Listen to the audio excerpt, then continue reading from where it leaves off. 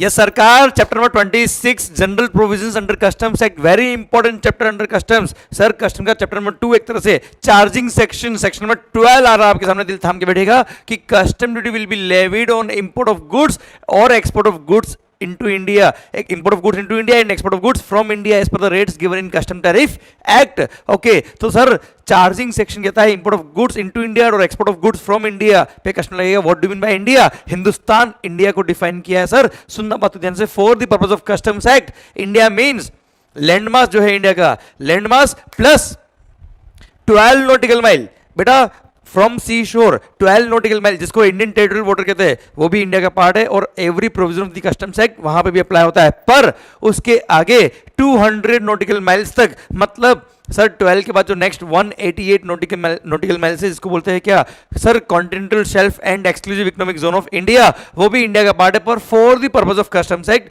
वो इंडिया की डेफिनेशन में नहीं आता है। पर हाँ, इसका मतलब ये हो गया वहां पे कस्टम्स एक्ट के कोई प्रोविजन अप्लाई नहीं होते उस नेक्स्ट 188 नॉटिकल माइल्स में, जिसको इंडियन कस्टम्स बॉर्डर कहते हैं।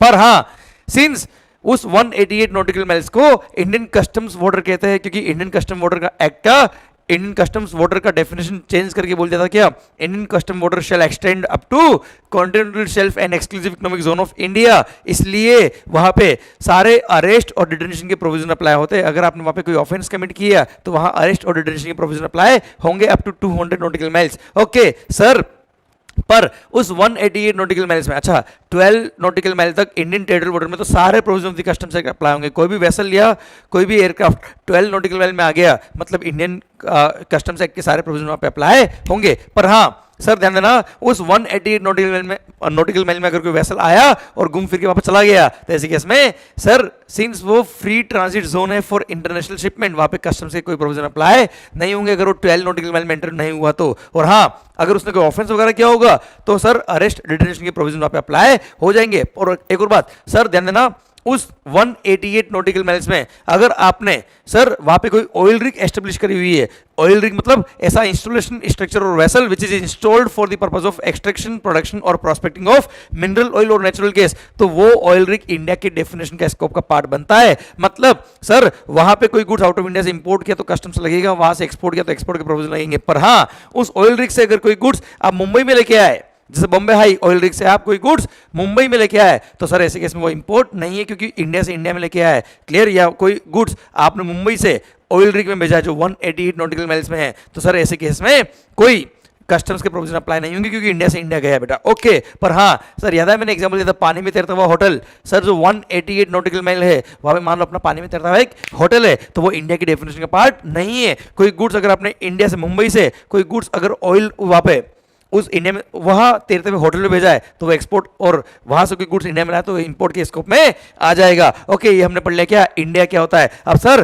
Taxable event in case of custom क्या है, import of goods into India and export of goods from India. अब इंपोर्ट के केस में हम और डिटेल में गए तो import begins when goods enter the Indian territorial waters, and import के केस में taxable event when goods are presented at custom port and bill of entry for home consumption is filed.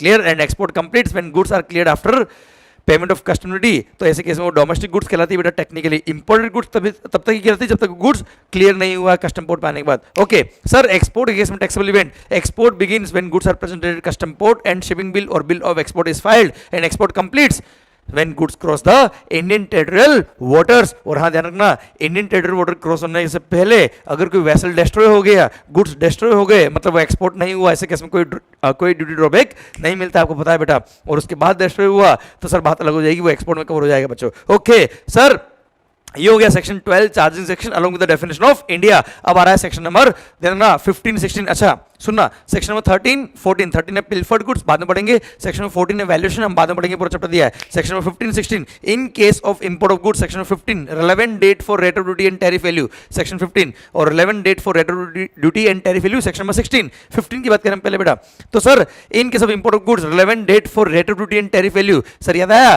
Custom charge क्यों हुआ, to equalise. Clear? इसीलिए जिस दिन domestic market से compete करेगा, जब डोमेस्टिक मार्केट में जाएगा उस दिन की रेट ऑफ ड्यूटी से हम इक्वलाइज करेंगे। और उस दिन की रेट ऑफ ड्यूटी क्या होती है बेटा, bill of entry for home consumption. और grant of entry in what whichever is later, clear. और अगर एयरक्राफ्ट या व्हीकल से गुड्स आया है तो bill of entry for home consumption और अराइवल ऑफ व्हीकल या aircraft whichever is later is the date relevant for the purpose of rate of duty and tariff value. और अगर इन एनी अदर केस है, smuggling वगैरह case है, तो ऐसे case में date of payment of duty is the relevant case. Okay sir, next आ रहा है क्या, एक्सपोर्ट के केस में रिलेवेंट डेट क्या होगा, जिस दिन आपको परमिशन मिला for loading the goods, for export of goods, clear. Date of grant of permission under section 51 for loading the goods for the purpose of export, and in any other case date of payment of duty, जैसे smuggling वगैरह case में date of payment of duty is the relevant date for rate of duty and tariff value। और हाँ sir, in case of baggage और mail bags special provision दिए, इसलिए ये provision baggage और मेल बैग्स में अप्लाई नहीं होते।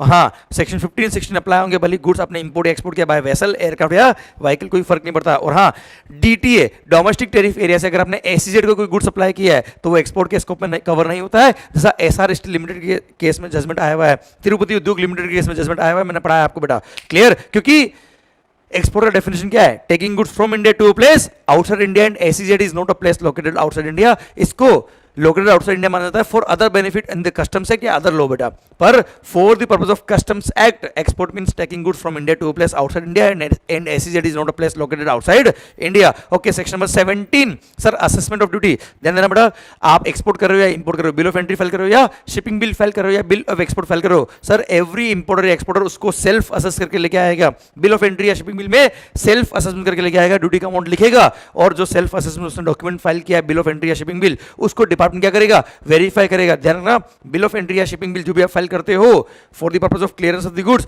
Along with the maximum possible document आप सबमिट करेंगे, प्लस उसमें आप डिक्लेरेशन देंगे गुड्स का वैल्यू इतना है, क्लासिफिकेशन, रेट ऑफ ड्यूटी इतना है, क्लियर, ये सब कुछ आप एचएसएन कोड ये सब कुछ डिक्लेयर करेंगे। उसके बेस पर आपने जो डॉक्यूमेंट्री एविडेंस सबमिट किए उन सबको मद्देनजर रखते हुए डिपार्टमेंट उसको वेरीफाई करेगा असेसमेंट को। इफ एवरीथिंग फाउंड ओके तो आपका जो असेसमेंट किया उसी को वो एक्सेप्ट कर लेंगे और आपकी बिल ऑफ एंट्री को वो ओके करके रिटर्न कर देंगे। पर अगर उनको लगता है मामला गड़बड़ है तो वो चाहे तो आपसे एडिशनल डॉक्यूमेंट रिकॉर्ड वगैरह भी मंगा सकते हैं, and they have the power to reassess the goods. और रीअसेस अगर किया है तो अगर आपने असेस ने एक्सेप्ट कर लिया तो बहुत अच्छी बात है, पर अगर उसने अगर असेसी रीअसेसमेंट एक्सेप्ट नहीं करता है तो department will have to issue a speaking order. Speaking order मतलब ऐसा ऑर्डर जो बोलता है, क्या बोलता है, रीजंस बोलता है कि हमने ऐसा रीअसेसमेंट क्यों किया, क्लियर, समझे मेरी बात। अच्छा, डिपार्टमेंट क्या करता है, रिस्क इवेल्युएशन बेसिस पर कुछ असेसी को सेलेक्ट करता है और उनकी बिल ऑफ एंट्री को एक एक एंट्री वाइज वो चेक करता है बेटा। ओके सर, अब सर ध्यान रखना, रिस्क सर ध्यान रखना, अगर रीअसेसमेंट किया है और ऐसे केस में एसएससी एक्सेप्ट नहीं करता तो स्पीकिंग ऑर्डर पास करना कंपलसरी। ऐसा एक इंटरनल इंस्ट्रक्शन भी इशू किया सीबीएसई ने अपने सारे ऑफिसर्स के लिए कि आप स्पीकिंग ऑर्डर पास करेंगे, क्योंकि it's the right of the assessee to get the knowledge of the fact कि उसका असेसमेंट रिजेक्ट क्यों हुआ बेटा। ओके, ये है section number 17 assessment. Section number 18 provisional assessment. अगर किसी कारण से एसएससी भले उसने एक्सपोर्ट किया या इंपोर्ट किया, बिल ऑफ एंट्री फाइल किया है, शिपिंग बिल फाइल किया, वो सेल्फ असेस नहीं कर पा रहा है या डिपार्टमेंट ने उसके गुड्स में से कुछ सैंपल ड्रॉ करके टेस्टिंग के लिए भेजा है लेबोरेटरी और उसकी रिपोर्ट आना बाकी है, या डिपार्टमेंट ने उसको डॉक्यूमेंट रिकॉर्ड इन्फॉर्मेशन मंगाया जो वो नहीं दे पा रहा है, टाइम लग रहा है, तो ऐसे केस में at the request of the importer या एक्सपोर्टर प्रॉपर ऑफिसर जो असिस्टेंट कमिश्नर होता है उस ज्यूरिसडिक्शनल पोर्ट का, वो चाहे तो एक बार प्रोविजनल असेसमेंट कर सकता है, एसएससी अप्लाई करेगा, पर डिपार्टमेंट ऑफिसर उसका प्रोविजनल असेसमेंट तभी करेगा जब वो एक बार बॉन्ड साइन करेगा, एसएससी बॉन्ड साइन करेगा और उसमें लिखेगा कि जो भी डिफरेंस अमाउंट ऑफ टैक्स होगा वो मैं पे करूंगा along with interest, clear, bond sign करेगा। उसके बाद डिपार्टमेंट क्या करेगा, प्रोविजनल असेसमेंट करेगा, प्रोविजनल असेसमेंट का ऑर्डर पास हो गया, जितना उसने प्रोविजनल असेसमेंट का अमाउंट बताया उतना आपको पहले पे करना पड़ेगा। जैसे मेरे एग्जांपल जो मैंने क्लास में बताया था 1000 रुपीज इज द टैक्स का अमाउंट प्रोविजनली, तो पहले आप उतना पे करेंगे, बॉन्ड साइन करेंगे, पे करेंगे, फिर गुड्स अलाउ होगी क्लियरेंस के लिए, उसके बाद डिपार्टमेंट फाइनल असेसमेंट करेगा। और हाँ, final assessment will be done in such manner and sir ध्यान देना बेटा within such time as में भी प्रिस्क्राइब जो हम बात करेंगे रूल, इसके लिए रेगुलेशन दे रखे बेटा। और हाँ ध्यान देना बेटा फाइनल असेसमेंट करने के लिए उनको कोई डॉक्यूमेंट रिकॉर्ड इन्फॉर्मेशन चाहिए तो आपको प्रोवाइड करने पड़ेंगे, डॉक्यूमेंट रिकॉर्ड इन्फॉर्मेशन प्रोवाइड करना पड़ेगा, कॉपरेट करना पड़ेगा, और उसके बाद इन सबको स्टडी करने के बाद डिपार्टमेंट ऑफिसर क्या करेगा, फाइनल असेसमेंट करेगा। अब फाइनल असेसमेंट मान लो हायर अमाउंट पे हुआ बेटा, जैसे प्रोविजनल असेसमेंट था 1000 में, फाइनल हुआ कितने में 1200 में, तो डिफरेंस अमाउंट ऑफ टैक्स 200 आपको पे करना पड़ेगा, वो भी अलॉन्ग विथ इंटरेस्ट। और पता है इंटरेस्ट कितना, 18% per annum simple interest number of days के हिसाब से, पर कब से, जिस मंथ में आपका प्रोविजनल असेसमेंट हुआ था गुड्स का, उस मंथ की 1 तारीख से लेकर जब आप टैक्स पे करेंगे डिफरेंस अमाउंट ऑफ टैक्स, तब तक आपको इंटरेस्ट पे करना पड़ेगा। एंड सेकंड केस, अगर फाइनल असेसमेंट हुआ कम में, सर जैसे प्रोविजनल असेसमेंट में 1000 में, फाइनल हो गया कितने में 700 में, तो ऐसे केस में 300 का अमाउंट आपको क्या मिलेगा, refund. But this amount of refund will be allowed subject to provisions of doctrine of unjust enrichment. और अगर आपने प्रूव कर दिया कि बर्डन आपने बोन किया, you are an exception to doctrine of unjust enrichment, तो आपको रिफंड मिलेगा, या किसी और पर्सन जिसने बर्डन बोन किया उसको रिफंड मिलेगा, नहीं तो कंज्यूमर वेलफेयर फंड में अमाउंट जाएगा। मान लो आपने प्रूव कर दिया कि आपने बर्डन बोन किया, तो आप रिफंड के लिए अप्लाई करेंगे। जिस दिन आपने रिफंड के लिए अप्लाई किया है उस डेट से कोई मतलब नहीं है बेटा। सर जिस दिन फाइनल असेसमेंट हुआ है वहां से 3 महीने में अगर आपको रिफंड नहीं मिला, जिस दिन फाइनल असेसमेंट हुआ उसके 3 महीने में अगर आपको रिफंड नहीं मिला है, तो 3 महीने बाद वाले पीरियड के लिए you will get the interest at the rate of 6% per annum, simple interest number of days के आपसे। नॉर्मली क्या होता है, जब अप्लाई करते हैं वहां से 3 महीने काउंट होते हैं। यहाँ पर जिस दिन फाइनल असेसमेंट हुआ वहां से 3 महीने के अंदर आपको रिफंड नहीं मिला, तो 3 महीने बाद वाले पीरियड के लिए you will get the interest at the rate of 6% per annum, simple interest number of days के आपसे बेटा। Clear, done. अच्छा आप चाहे तो जब प्रोविजनल असेसमेंट एक बार आपने करा दिया, अब फाइनल असेसमेंट होने से पहले भी आप चाहे तो कुछ अमाउंट आप सेल्फ डिटरमाइन करके पे कर सकते हो, सो दैट आपका इंटरेस्ट उतना अमाउंट का बच जाए बेटा। तो आप करिए, हमें कोई दिक्कत नहीं है, तो उतने अमाउंट पे हम इंटरेस्ट कम चार्ज कर देंगे, उतने अमाउंट पे इंटरेस्ट। सर जिस दिन आपने डिफरेंस अमाउंट ऑफ टैक्स पे किया तब तक का इंटरेस्ट लगेगा बेटा, और बाद में जब फाइनल असेसमेंट होगा फिर अमाउंट को एडजस्ट कर लेंगे, कोई दिक्कत नहीं सर। आइए सर, प्रोविजनल असेसमेंट के रेगुलेशन दे रखे हैं हमें। सर सुनना बच्चों ध्यान से, इसमें कुछ नहीं पर्टिकुलरली टाइम लिमिट दे रखा है। तो रेगुलेशन 3 बोलता है कि कितने टाइम के अंदर डॉक्यूमेंट रिकॉर्ड वगैरह एसएससी को प्रोवाइड करने पड़ेंगे। तो जिस रीजन की वजह से प्रोविजनल असेसमेंट हुआ था, तो प्रोविजनल असेसमेंट का ऑर्डर जब पास हुआ उसके 1 महीने के अंदर वो डॉक्यूमेंट्स रिकॉर्ड इन्फॉर्मेशन जो आपने प्रोवाइड नहीं किए थे, जिसकी वजह से प्रोविजनल असेसमेंट हुआ है, वो डॉक्यूमेंट रिकॉर्ड इन्फॉर्मेशन आपको प्रोवाइड करने पड़ेंगे प्रॉपर ऑफिसर को। पर हाँ, प्रॉपर ऑफिसर चाहे तो आपसे फर्दर और भी इन्फॉर्मेशन मांग सकता है, पर उसको जिस दिन प्रोविजनल असेसमेंट का ऑर्डर पास हुआ उसके नेक्स्ट 15 दिन के अंदर अगर एक्स्ट्रा रिकॉर्ड चाहिए तो वो आपको इन्फॉर्मेशन देगा विद इन 15 डेज, और उसके 1 महीने के अंदर आपको सारे डॉक्यूमेंट रिकॉर्ड वगैरह प्रोवाइड करने पड़ेंगे। पर अगर उस 1 मंथ में आप डॉक्यूमेंट रिकॉर्ड इन्फॉर्मेशन प्रोवाइड नहीं कर पाए, तो ऐसे केस में प्रॉपर ऑफिसर के पास पावर है कि अगर आप रिक्वेस्ट करते हो उसको, तो after recording reasons in writing, और रीजनेबल केस अगर है तो 3 महीने का फर्दर एक्सटेंशन आपको और दे देगा to provide the document record वगैरह। क्लियर। पर अगर उस 3 महीने में भी अगर आप रिकॉर्ड इन्फॉर्मेशन नहीं दे पाए, तो ज्वाइंट कमिश्नर या एडिशनल कमिश्नर के पास पावर है कि वो चाहे तो आपको फर्दर 3 महीने का टाइम और दे सकता है। क्लियर।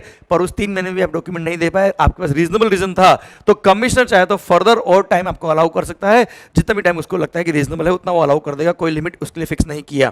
क्लियर। अच्छा, जो भी डॉक्यूमेंट इन्फॉर्मेशन आप देंगे एक 1 इंस्टेंस में देंगे बेटा, ऐसा नहीं आज एक डॉक्यूमेंट लेके आया कल दूसरा डॉक्यूमेंट लेके आया, नहीं, 1 इंस्टेंस में। और अगर आपकी मल्टीपल बिल ऑफ एंट्री थी तो हर बिल ऑफ एंट्री को एक सेपरेट केस माना जाएगा बच्चों। ओके सर, नेक्स्ट रेगुलेशन की साहब आपने डॉक्यूमेंट सबमिट कर दिए, अब साहब ऑफिसर को क्या करना है, फाइनलाइजेशन करना है असेसमेंट। तो सर जिस दिन सारे डॉक्यूमेंट वगैरह सबमिट हो गए या लेबोरेटरी टेस्टिंग का रिपोर्ट आ गया या जिस वजह से प्रोविजनल असेसमेंट हुआ तो वो वजह खत्म हो गई, उसके 2 महीने के अंदर अंदर उसको फाइनल असेसमेंट करना पड़ेगा। पर कमिश्नर चाहे तो उस प्रॉपर ऑफिसर को 3 महीने का वक्त और दे सकता है, तो 2 मंथ प्लस 3 मंथ का टाइम मिल जाएगा फाइनलाइज करने के लिए, असेसमेंट के लिए। पर हाँ, सीबीआईसी ने अगर किसी मैटर पे स्टे लगा रखा है कि रुको रुको अभी इसके लिए कोई फाइनलाइजेशन मत करना, तो उस केस में वहां पे 2 महीने और 3 महीने का टाइम लिमिट अप्लाई नहीं होता। Clear, done. अच्छा, फिर नेक्स्ट रेगुलेशन मिलता है कि फाइनलाइजेशन हो गया असेसमेंट का, तो उसके बाद जो भी डिफरेंस अमाउंट ऑफ टैक्स है वो एसएससी पे करेगा विद इंटरेस्ट पे करेगा, या डिपार्टमेंट अगर एक्सेस अमाउंट पे किया था प्रोविजनल असेसमेंट में, अमाउंट कम हुआ फाइनलाइज में, तो रिफंड करेगा, हम जो बताओ उस अकॉर्डिंग बेटा।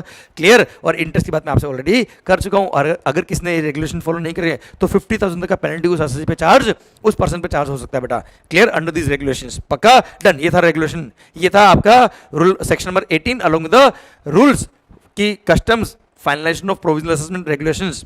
क्लियर। सुनना बच्चों ध्यान से, नेक्स्ट सेक्शन नंबर 19।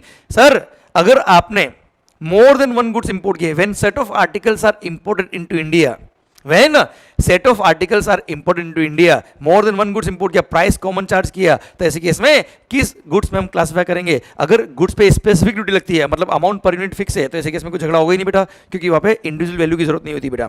पर अगर rate of duty is fixed at dollar, मतलब परसेंटेज ऑफ वैल्यू बेटा, अब इंडिविजुअल गुड्स का वैल्यू अवेलेबल नहीं है, सेट ऑफ आर्टिकल इंपोर्ट किया, सबका वैल्यू एक साथ दे रखा बेटा, कॉम्बो प्राइस है, अब किस रेट से टैक्स चार्ज करेंगे, तो सर उन गुड्स में जो हाईएस्ट रेट होगी वो गुड्स में क्लासिफाई कर देंगे एंटायर सेट ऑफ आर्टिकल को, और highest rate will be applicable on the entire set. पर ध्यान देना बच्चों, अगर किसी पर्टिकुलर गुड्स का वैल्यू निकाल सकते हो तो उन पर्टिकुलर गुड्स पे तो respective goods, respective value, respective tax, remaining जो गुड्स बच गए उनकी सबकी वैल्यू में जो हाईएस्ट रेट होगी बेटा, रिमेनिंग गुड्स में जो हाईएस्ट है, जैसे A B C D E आपने इंपोर्ट किया, उसमें ए और बी की आपने वैल्यू निकाल दी, तो ए और बी की respective value, respective tax, C D और ई में जो सी डी और ई की वैल्यू है उन सी डी और ई में जो हाईएस्ट रेट होगी वो लगा दी जाएगी उस रिमेनिंग वैल्यू पे बेटा।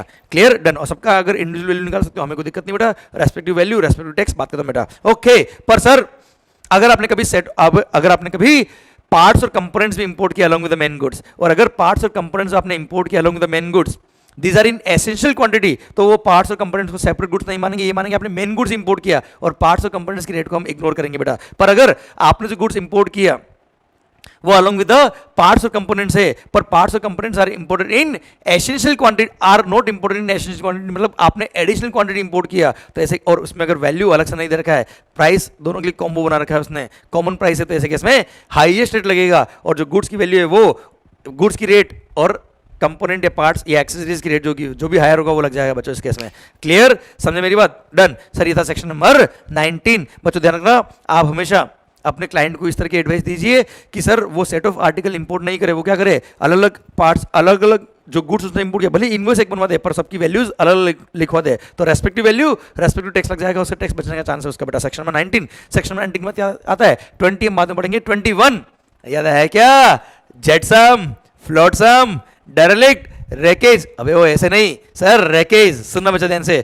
जेटसम, goods thrown in the sea in bad weather condition. Flotsam, sir goods remaining afloat when ship has sunk. Sir derelict, unattended boat, steamer और vessel in the sea. And sir wreckage, broken parts of the sunk ship. अरे broken hearts नहीं ओए, broken parts of the sunk ship. अब सुनना पड़ा, ये चारों goods India में आ गई या कोई पर्सन इंडिया में लेके आया, तो जो पर्सन इसका ओनरशिप, जो पर्सन इनका टाइटल क्लेम कर रहा है, उसको कस्टम भी पे करना पड़ेगा, और इन गुड्स का वैल्यूएशन करेंगे using valuation rules. Custom officer अपना बेस्ट जजमेंट यूज करके वैल्यू करेगा, या फिर ऑक्शन करके इनकी वैल्यू निकालेंगे और उस पर कस्टम पे करना पड़ेगा उस पर्सन को जो इनका ओनरशिप क्लेम करता है। Okay, section number 22, abatement of duty in case of damaged goods. Sir और 23 बोलता है remission of duty in case of lost, destroyed और abandoned goods। 22 abatement of duty in case of damaged goods। then 22 लगेगा damaged goods के case में। deteriorated goods के case में 22 apply नहीं होता है। आई रिपीट, damaged goods के केस में 22 अप्लाई होगा, deteriorated goods अगर है तो सर 22 अप्लाई नहीं होगा, आप चाहे तो रेमिशन के लिए अप्लाई कर सकते हो 23 के केस में। ओके, सेक्शन में 23 में। Okay, section 22 abatement of duty, अगर कोई भी गुड्स आपने इंपोर्ट किया and before removal for home consumption, I repeat before removal for home consumption at any stage, अगर कोई गुड्स डैमेज हो गया तो सर उस डैमेज की वजह से अगर उसकी वैल्यू डाउन हो गई तो जितनी वैल्यू उसकी डाउन हो गई उतना प्रोपोर्शन आपको ड्यूटी में अबेटमेंट मिल जाएगा। एंड सर जो उसकी नॉर्मल, जैसे for example 1 crore was the value, और सर डैमेज होने के बाद उसकी वैल्यू आ गई कितनी, केवल 70 लाख, या चलो 70 लाख मान लो। अब ऐसे केस में 70 लाख वैल्यू कैसे है बेटा? कस्टम ऑफिसर वैल्यू निकालेगा उसकी डैमेज गुड्स की, या फिर मार्केट में ऑक्शन करके उसका वैल्यू निकालेंगे बेटा। 70 लाख आ गई damage value, clear, and 1 crore थी ओरिजिनल वैल्यू बेटा। अब अगर 1 करोड़ वैल्यू थी तो 10 लाख रुपए टैक्स लगता था मान लो, तो सर 70 लाख अभी की value divide by 1 crore into 1 crore into 10 lakh, तो 7 lakh will be the amount of tax जो आपको पे करना पड़ेगा, मतलब 3 लाख का आपको क्या मिल गया? अबेटमेंट मिल गया बच्चों। क्लियर? ओके सर, ध्यान देना, before removal for home consumption may be it will cover many cases, जैसे ड्यूरिंग ट्रांसिट डैमेज हो गया, वाइल अनलोडिंग डैमेज हो गया, while in the custody of the custodian damage हो गया, या while in the warehouse damage हो गया, कभी भी डैमेज हो गया before removal for home consumption without any mistake और negligence on the part of importer और हिज एजेंट, तो सेक्शन में 22 का बेनिफिट आप ले सकते हो, अबेटमेंट मिल जाएगा आपको बेटा। डन। 23 बोलता है क्या? गुड्स लॉस्ट, डेस्ट्रॉयड और अबेंडन गुड्स, उसके केस में रेमिशन, अगर कोई गुड्स लॉस हो गया, डिस्ट्रॉय हो गया before removal for home consumption without any mistake और negligence on the part of importer और हिज एजेंट, तो ऐसे केस में ड्यूटी रेमिशन मतलब माफ हो जाएगी, आप रेमिशन के लिए अप्लाई कर सकते हो और आपको कोई ड्यूटी पे करने की जरूरत नहीं है, और अगर आपने एडवांस में पे कर दी थी तो आपको रिफंड मिल जाएगा पूरी ड्यूटी का, हमें कोई दिक्कत नहीं है बेटा। क्लियर? इसमें एक और आता है अबेंडन गुड्स, अगर किसी भी कारण से, आई रिपीट किसी भी कारण से अगर आपको गुड्स नहीं चाहिए, भी गुड्स कस्टम कोड पे आ गया, आपको नहीं चाहिए, तो you can relinquish the title in favour of commissioner of custom, और ऐसे केस में अगर आपने रेलिंक्विशमेंट कर दिया तो ऐसे केस में आपको कोई कस्टम पे करने की जरूरत नहीं, एक तरह से आपने गुड्स डोनेट कर दिया in the favour of customs, कोई कस्टम पे नहीं करना है। पर हाँ, अगर किसी गुड्स के रेस्पेक्ट में आपने ऑफेंस कमिट किया हुआ है तो रेमिशन अलाउ नहीं होगा, रेलिंक्विशमेंट अलाउ नहीं होता बेटा। और हाँ देना, रेमिशन क्लेम करने के लिए, रेलिंक्विशमेंट के लिए गुड्स भले एकदम नए हो, पैटी पैक हो, शानदार हो, कोई दिक्कत नहीं, आप रेलिंक्विशन के लिए अप्लाई कर सकते हो, हमें कोई दिक्कत नहीं बच्चों।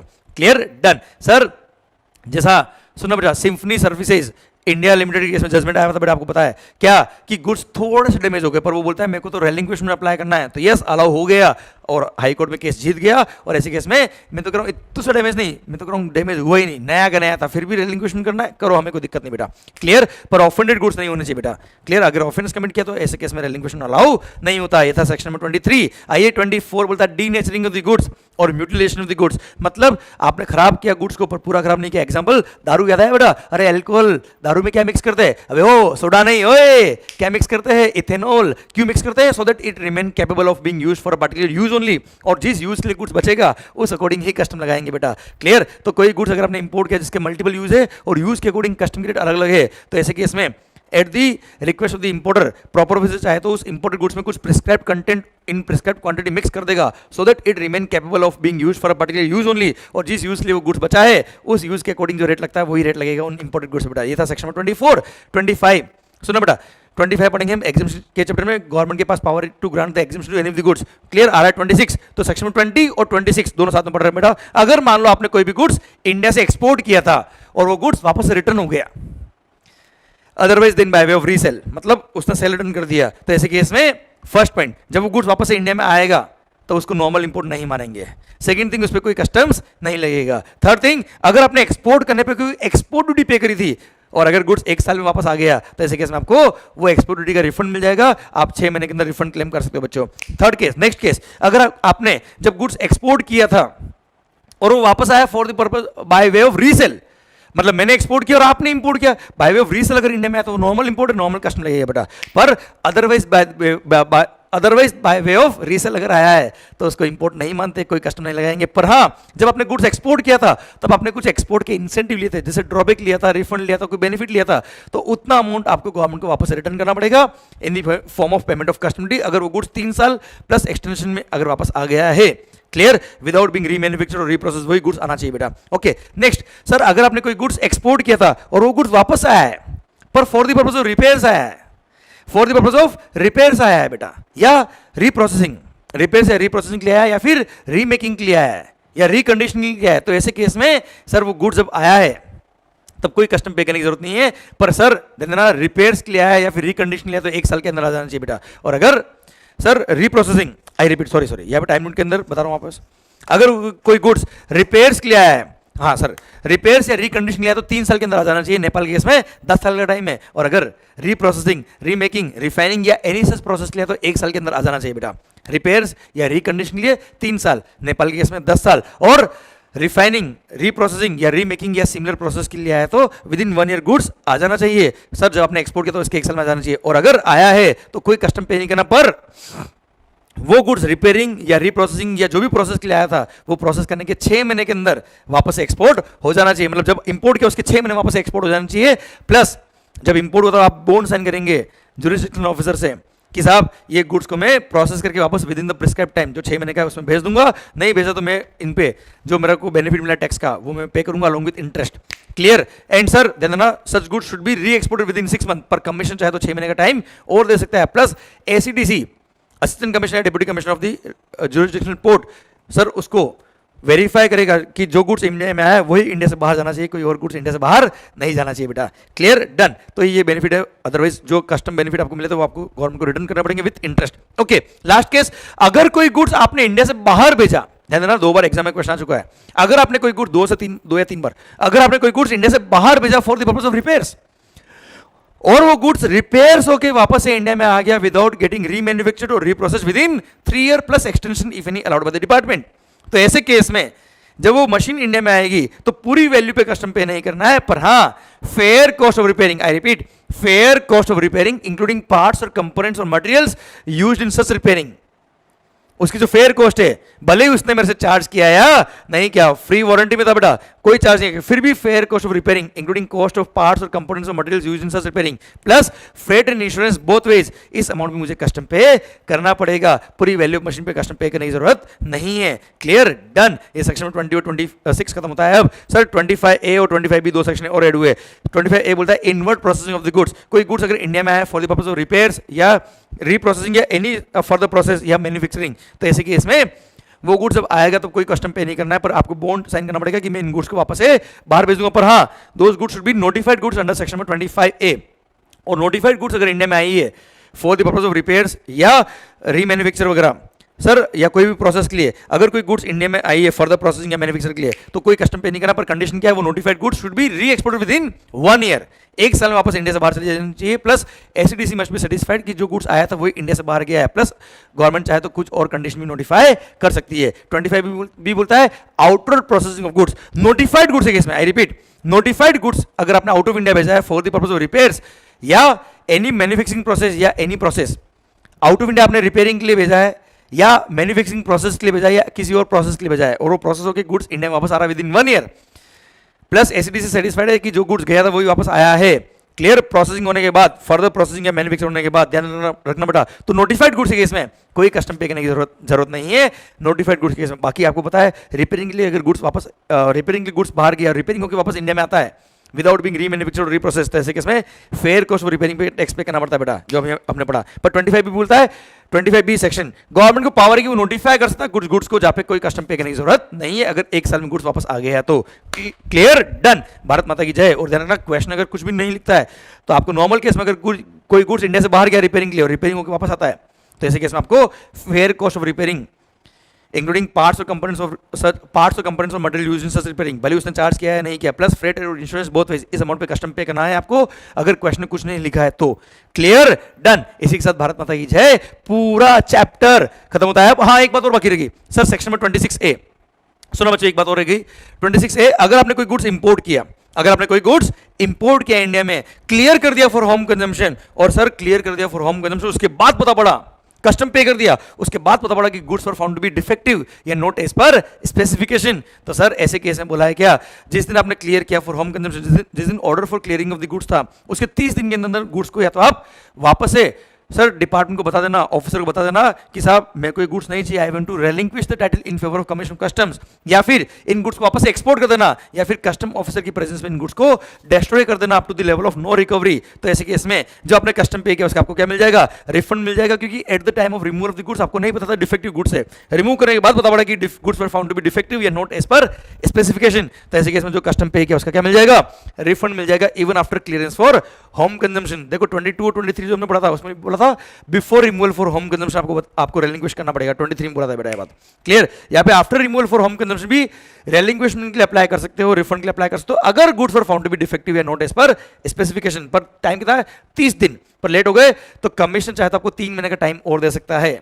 क्लियर, समझे, जिस दिन क्लियर किया था फॉर होम कंजम्पशन वहां से 30 दिन प्लस 3 महीने का टाइम अगर रीजनेबल केस था तो after recording reasons in writing. Okay, अब अगर मान लो रेलिंक्विशमेंट अलाउ हो गया या रिफंड अलाउ हो गया या एक्सपोर्ट वापस अलाउ कर दिया इन्होंने, तो ऐसे केस में जिस दिन वो एक्सपोर्ट अलाउ हुआ है या आपको रेलिंक्विशमेंट अलाउ हो गया या डिस्ट्रॉय कर दिया up to the level of no recovery, उसके 6 महीने में आप रिफंड के लिए अप्लाई कर सकते हो और आपको रिफंड मिल जाएगा। पर हाँ, ये सेक्शन का बेनिफिट आपको नहीं मिलेगा अगर goods were found to be offended, जिसके लिए ऑफेंस कमिट किया हुआ था, या एक्सपायर्ड गुड्स थे या पेरिशेबल नेचर के गुड्स थे और गुड्स खराब हो गए, उसकी एक्सपायरी डेट आ गई, तो उसके बाद ये सेक्शन का बेनिफिट आपको नहीं मिलेगा। ये सेक्शन में 26A भी खत्म होता है।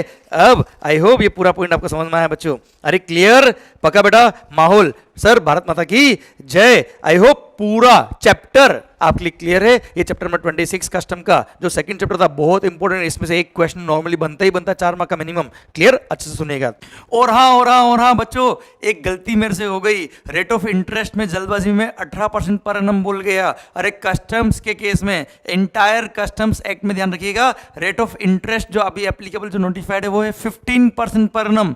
सर ध्यान रखना, जब भी एसएससी टैक्स पे करने में लेट होता है, या जैसे सेक्शन नंबर 18 हमने पढ़ा प्रोविजनल असेसमेंट, तो जब वो डिफरेंस अमाउंट ऑफ टैक्स पे करेगा तो एसएससी जब टैक्स पे करता है तो उसमें जो रेट ऑफ इंटरेस्ट एप्लीकेबल होता है वो होता है 15% पर एनम। सर ध्यान रखना, जीएसटी में था कितना, 18% पर एनम। एंड हाँ, जीएसटी के अंदर सर 2 केस में 24% पर एनम भी रेट ऑफ इंटरेस्ट था। पर पूरे कस्टम्स में जहां भी इंटरेस्ट की बात आएगी, जब एसएससी को पे करना आता है इंटरेस्ट, तो कितना है 15% पर एनम। एंड हाँ, गवर्नमेंट जब रिफंड देने में लेट होता है तो ध्यान रखना, गवर्नमेंट की रेट ऑफ इंटरेस्ट कितना, 6% पर एनम पूरे कस्टम्स में। और यही था कहां पर, जीएसटी में भी। बस जीएसटी के केस में भी 6% per annum is the rate of interest if paid led by the department. पर हाँ सर, वहां पे जीएसटी में एक पॉइंट और था कि अगर कभी भी सर कोई मैटर एडजुडिकेटिंग अथॉरिटी ने ऑर्डर पास किया या अपील में अगर आप केस जीत गए और ऑर्डर पास होने के बाद भी 60 दिन में अगर उन्होंने रिफंड टाइम पे नहीं दिया, तो वहां पे 9% per annum is the interest payable by the government. Otherwise हर जगह कितना है, 6% per annum is the rate of interest payable by the government.